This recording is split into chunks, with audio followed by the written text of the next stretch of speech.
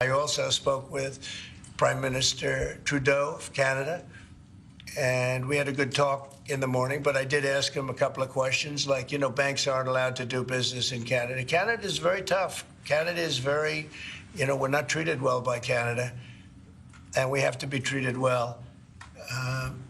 Banks are not, as an example, allowed. Did you know that American banks are not allowed to do business in Canada? Can you believe that?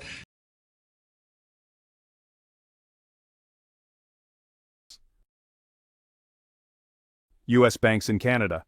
Former President Donald Trump's claim that American banks are not allowed to do business in Canada is inaccurate. In reality, numerous U.S. banks have operated in Canada for decades under the country's regulatory framework.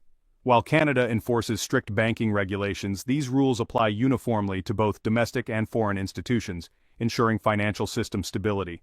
U.S. banks are permitted to operate in Canada through two primary avenues. First, they can establish Schedule II banks, which are subsidiaries of foreign banks that can accept deposits and conduct a full range of banking activities. Several major U.S.-based banks operate in Canada under this category, including Citibank Canada, J.P. Morgan Bank Canada, and Amex Bank of Canada.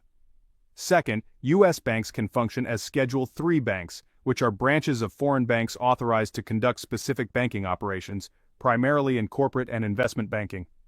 Among these institutions are Bank of America, National Association, Wells Fargo Bank, National Association, and Citibank N.A. These banks play a crucial role in financing, wealth management, and investment banking across Canada.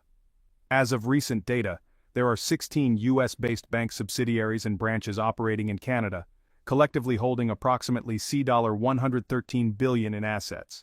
For example, J.P. Morgan Chase, one of the largest American financial institutions, has had a presence in Canada for over a century and currently employs around 600 individuals across major cities such as Toronto, Vancouver, Calgary, and Montreal. While it is true that Canada's financial regulations impose certain requirements on foreign banks, they do not prevent U.S. banks from doing business in the country. Instead, these regulations ensure that all financial institutions, whether Canadian or foreign, adhere to the same high standards of stability and consumer protection. Trump's statement, therefore, misrepresents the reality of U.S. bank operations in Canada. It's so easy. Don't even think about it. Don't even think about it.